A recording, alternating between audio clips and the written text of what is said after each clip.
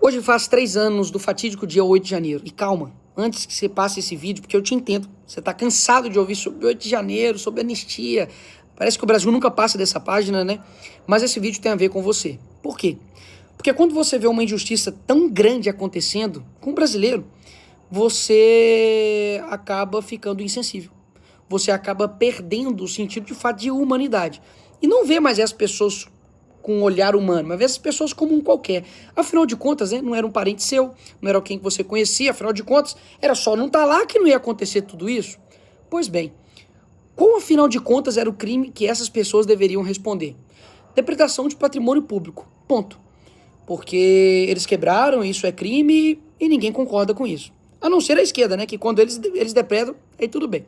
Mas tirando essa parte, quando você pega a pena, é de 6 meses a 3 anos de depredação de patrimônio público. Então as pessoas eram para ter sido livres hoje, mas não. Existem ainda pessoas como a Débora, que vai ter ainda 14 anos da sua vida ainda na cadeia, porque ela pegou um batom e escreveu "perdeu mané" numa estátua. Tem também um caso do Breno, que era um vendedor de algodão doce, também foi preso na multidão. Tem o Felipe, que era um esquizofrênico, e mesmo com laudo mostrando que ele não poderia ficar preso, ainda assim ele manteve preso durante meses. E também a Iraci, que estava ali na sua prisão domiciliar, e o Alexandre de Moraes revogou porque ela descumpriu as regras, porque ela foi para a fisioterapia. Enfim, esses 4 casos que eu contei, digamos assim, são uns casos absurdos, mas que tem muitos outros. Como, por exemplo, o caso do Clesão. E o Clesão, ele não é um nome abstrato, sabe? Não é o nome de um inseto. É o nome de um pai que simplesmente morreu na cadeia por conta da inércia do STF. E morreu. Hoje tem uma família que não tem um pai, tem uma esposa que não tem um marido, por conta disso. E aí eu te pergunto, mas Nicolas, eles atentaram contra a democracia, né? Tá. O que você acha que atenta mais contra a democracia? O Aécio também, que foi um que está preso por 17 anos, foi o primeiro condenado de 8 de janeiro, que pegou o celular dele e falou: eles cagaram na cabeça da gente a vida inteira, agora eu que vou cagar aqui. E brincou nisso. E ele tomou 17 anos de cadeia. Quem você acha que mais atenta contra a democracia?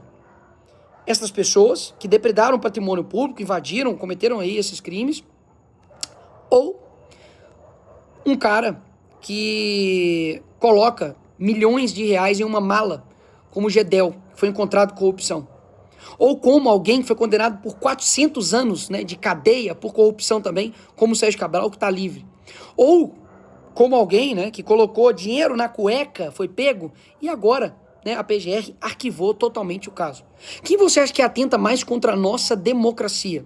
Pessoas envolvidas em escândalos de roubo do INSS, pessoas pensionistas, pessoas que, enfim, têm comorbidades, problemas, né, de saúde, e recebem um dinheiro ali do trabalho deles, e elas estão sendo roubadas. Ou a pessoa que simplesmente, né, foi ali, entrou, viu o que estava acontecendo ali, se escondeu das bombas que estavam vindo, e aí foi presa por 17 anos de cadeia. Quem que você acha que atenta mais contra a democracia? O Lula, que recebe um narcotraficante, que agora está preso, um bandido genocida, que no país dele tinha 158 crianças que foram torturadas, né, mortas. Mas, na verdade, quem atenta contra a democracia é a Débora, né, do batom. Quem que você acha que atenta mais, né, contra a democracia? Quem está dentro, né, de um escândalo, né, de banco, que recebia possivelmente aí mesada como Lulinha, ou, né, esse rapaz que estava vendendo algodão doce? A resposta, ela salta aos olhos de qualquer um. Mas quando você, brasileiro, você que está me escutando aqui, você tem uma insensibilidade com essas pessoas, você talvez não ache que eles estão te manipulando, mas eles estão. Porque que não é uma luta por A ou por B, sabe? Porque você está querendo fazer tudo isso para poder livrar o Bolsonaro da cadeia. Eu também acho a prisão dele completamente desproporcional. Mas, em específico, essas pessoas que estavam ali, né, no dia 8, para pensar. São pessoas que estão sendo literalmente colocadas de forma punitiva para poder colocar medo na direita. Afinal de contas, se fosse de forma isonômica, igualitária, para poder realmente fazer justiça, você tinha que condenar todos também ataques que aconteceram também no Congresso pela esquerda, lá em 2006, 2014, 2017. Eles queimaram ministérios, depredaram também patrimônio público e nada aconteceu. Por que eu estou dizendo isso? Porque a melhor maneira de vocês conquistar um povo e manter ele, né, sempre brigando um com o outro, é dividi-los.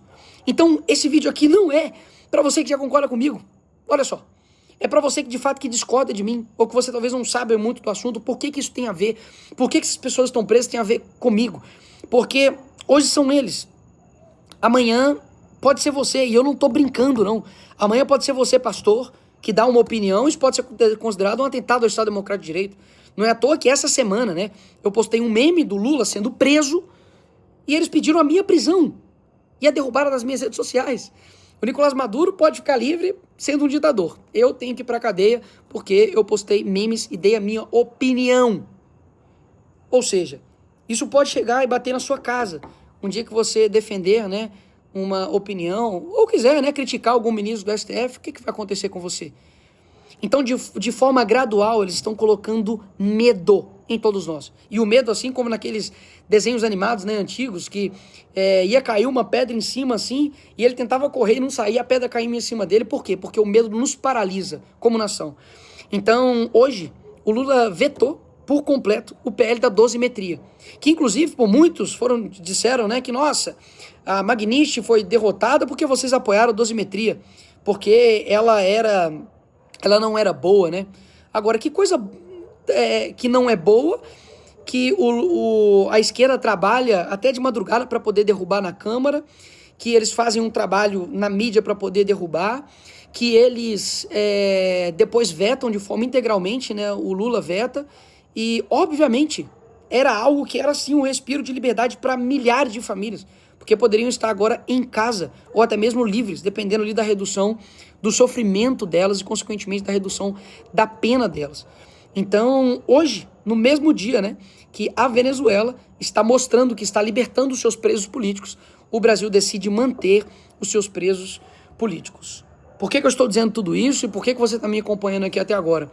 Porque se nós começarmos a lidar somente que os problemas do Brasil é uma questão somente, digamos, materialista, no sentido de corrupção, no sentido de dinheiro, por mais terrível que isso seja, porque um dinheiro que poderia estar indo para a saúde, para a educação, para a segurança, está indo para bolso de político corrupto, mas os nossos problemas e as nossas reformas precisam ser feitas de forma individual e do nosso coração. Não tem como a gente ter um país onde tudo seja decidido somente por um homem. Onde se tudo a maioria do nosso tempo, pelo menos o meu, né, desde 96, a maioria é governada pelo mesmo partido político chamado Partido dos Trabalhadores.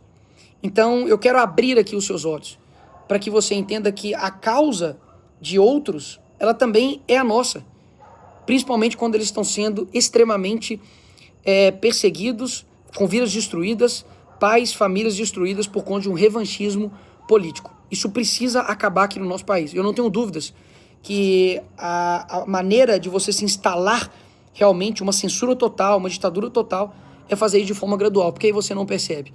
Há 10 anos atrás, se eu contasse para você de que, enfim, pessoas estariam presas por 17 anos por depredação do patrimônio público, que um ex-presidente da República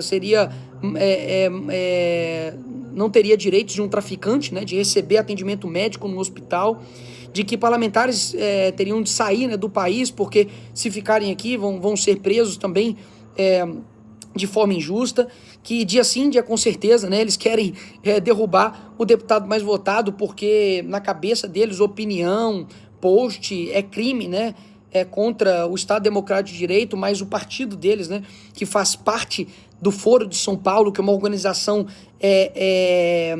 fora, né, dos ritos da nossa Constituição, do nosso país, e que interfere em todos os demais países, isso daí tá tudo bem.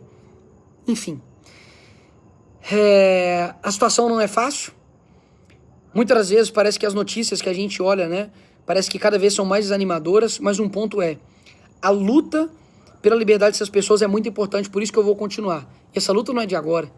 Nós ficamos 6 meses, eu posso dizer por mim, 6 meses na CPMI lutando contra ministros, contra mídia, contra ministros de estados e ministros também jurídicos, e destruindo ali narrativas, permanecendo firme, mesmo com toda a pressão, mesmo tomando vários processos. Eu visitei a Papuda e a Colmeia, enquanto o Clezão estava vivo, nós, hoje inclusive, nós conseguimos uma transferência, né, de presídio para 2 presos do dia 8 por conta humanitária, de pessoas que estavam numa condição assim, terrível e que não são, né, criminosos. Nós fomos em dezenas de manifestações, nos expusemos, falamos tudo, apontamos o dedo em quem deveria apontar o dedo quando muitos tinham medo, né, de colocar o dedo na ferida e falar nomes, como do Alexandre de Moraes. A gente ocupou, né, a mesa ali da casa para poder pressionar uma anistia. Eu trabalhei ativamente para poder aprovar a urgência do PL e da anistia e nós aprovamos com ampla maioria. Nós aprovamos a dosimetria, que era o possível, e era uma redução da dor dessas pessoas. E hoje o Lula veta, e eu não tenho dúvidas que nós iremos derrubar esse veto ali no Congresso. Então, sim, esse vídeo é para você, que acha que isso não tem nada a ver com você, mas tem muito a ver com você, porque um dia, de fato, pode ser você. Isso aqui não é mais nenhum tipo de profecia. Isso aqui é uma previsão, porque da forma como as coisas estão caminhando, se a gente continuar dessa forma, eu não tenho dúvidas que o Brasil não vai ter um outro destino. A gente só vai ter um Brasil diferente se nós tivermos brasileiros diferentes. É isso.